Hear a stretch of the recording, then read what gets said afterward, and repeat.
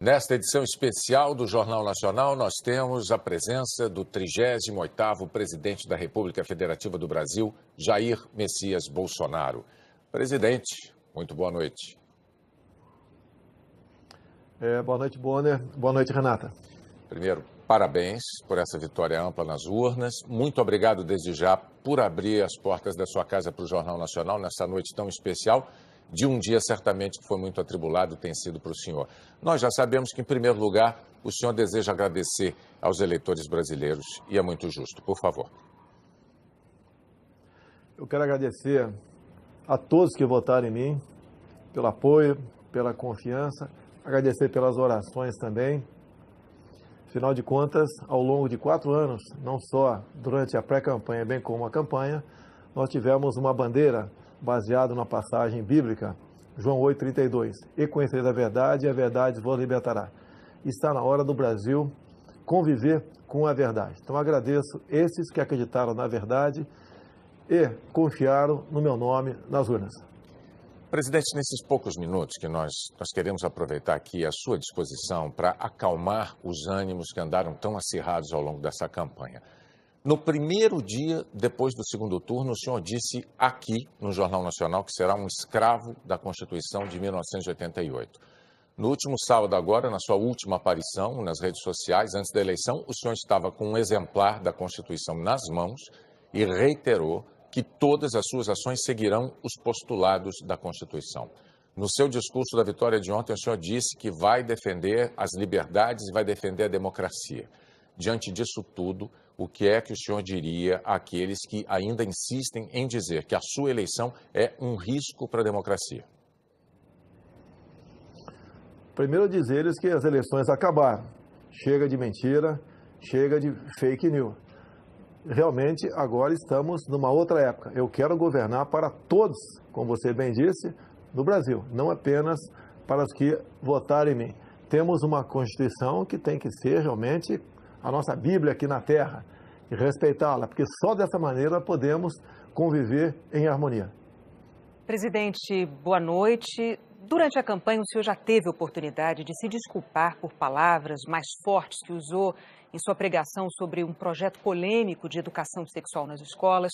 O senhor chegou até a pedir desculpas aqui no Jornal Nacional por ter se excedido no calor das discussões. Numa outra ocasião, o senhor disse enfaticamente não ter nada contra os gays.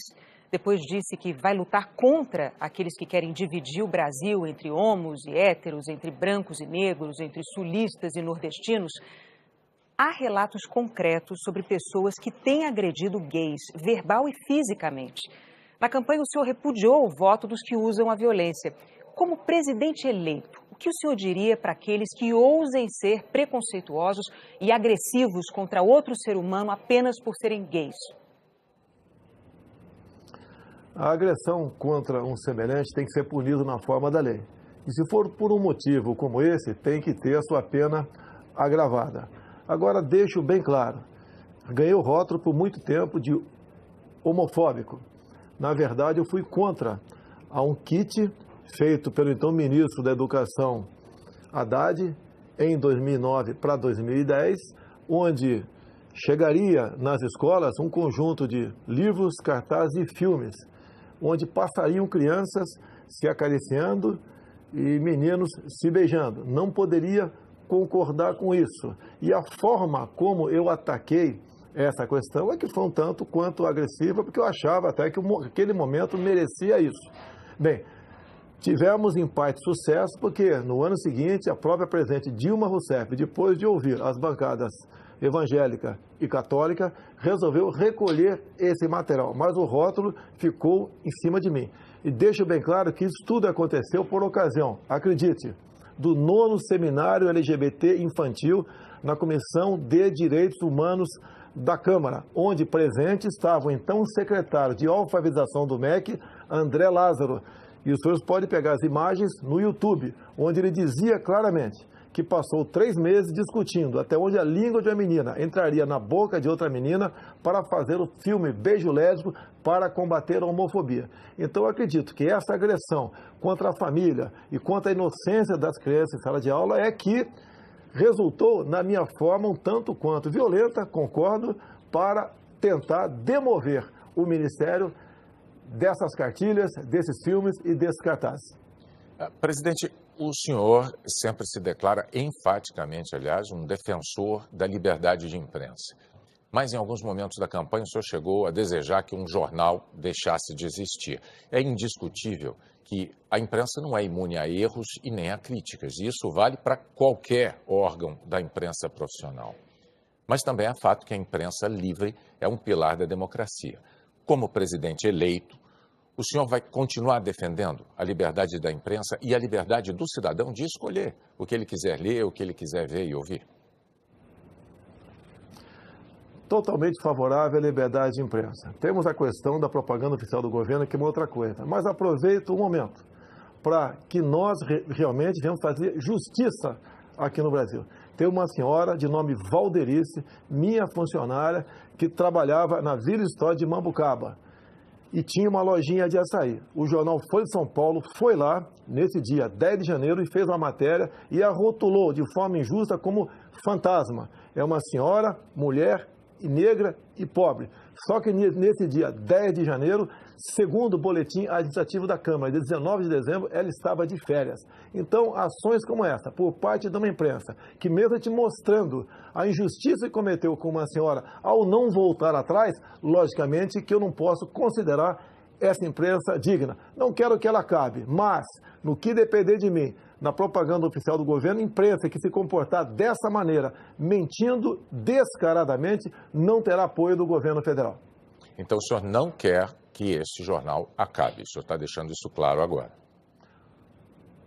Por si só, esse jornal se acabou, não tem prestígio mais nenhum. Quase todas as fake news que se voltaram contra mim partiram da Folha de São Paulo, inclusive a última matéria, onde eu teria contratado, empresas fora do Brasil via empresários aqui para espalhar mentiras sobre o PT. Uma grande mentira, mais um fake news do jornal Folha de São Paulo, lamentavelmente. Presidente, me permita, como editor-chefe do Jornal Nacional, eu tenho um testemunho a fazer. Às vezes, eu mesmo achei que críticas que o jornal Folha de São Paulo tenha feito ao Jornal Nacional me pareceram injustas. Isso aconteceu algumas vezes, mas para ser justo do lado de cá, eu preciso dizer que o jornal sempre nos abriu a possibilidade de apresentar a nossa discordância, de apresentar os nossos argumentos, aquilo que nós entendíamos ser a verdade.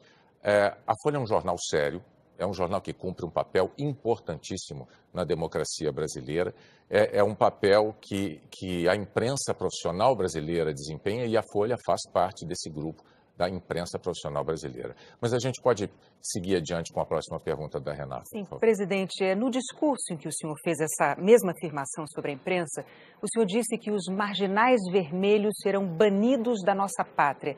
O que o senhor quis dizer com isso? Foi um discurso inflamado, com a Avenida Paulista cheia, e, logicamente, eu estava me referindo à cúpula do PT e cúpula também do PSOL. O próprio Boulos, havia momentos antes, dito que invadiria a minha casa aqui na Barra da Tijuca por ela não ser produtiva. Vimos o candidato do PT derrotado, em vídeo também dizendo que a crise no Brasil só acabaria quando Lula fosse eleito presidente. Então foi um momento de desabafo, é um discurso acalorado, mas não ofendia a honra de ninguém. O que eu quero dizer com aquilo? No Brasil, de Jair Bolsonaro, quem desrespeitar a lei sentirá o peso da mesma contra a sua pessoa. Presidente, essa campanha foi muito polarizada, todo mundo sabe, todo mundo notou, às vezes até dentro de famílias houve brigas, o senhor certamente tem conhecimento disso.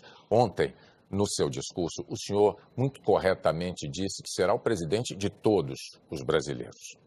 Para conseguir o seu objetivo de conciliação nacional, respeitadas as diferenças de ideias, o que é que o senhor poderia dizer agora, nesse momento aqui no JN, para os que não votaram no senhor?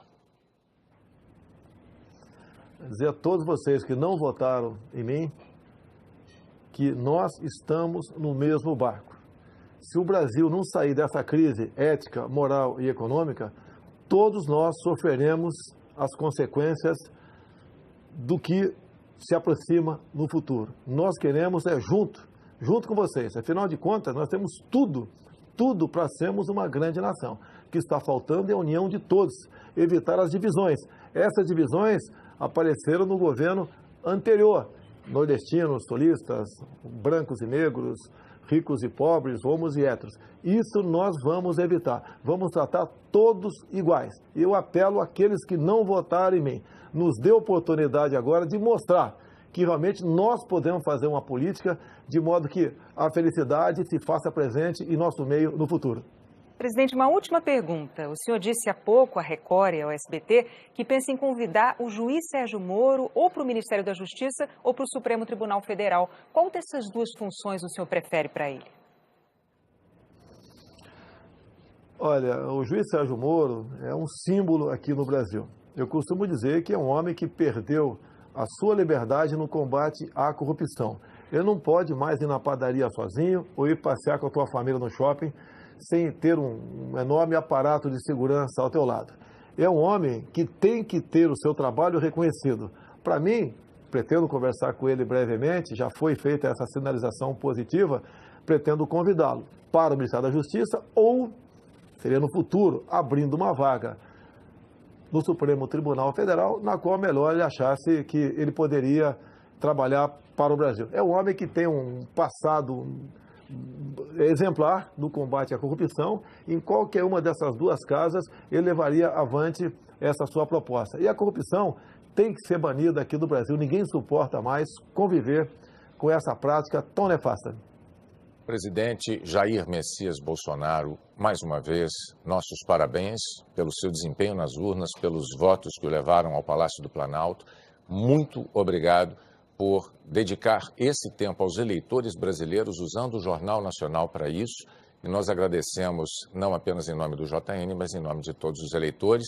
E em nome de todos os eleitores, pode acreditar, desejamos ao senhor um excelente governo. O Brasil precisa disso. Parabéns mais uma vez e boa noite. Bom dia, Renata. Boa noite e muito obrigado pela oportunidade. Boa noite.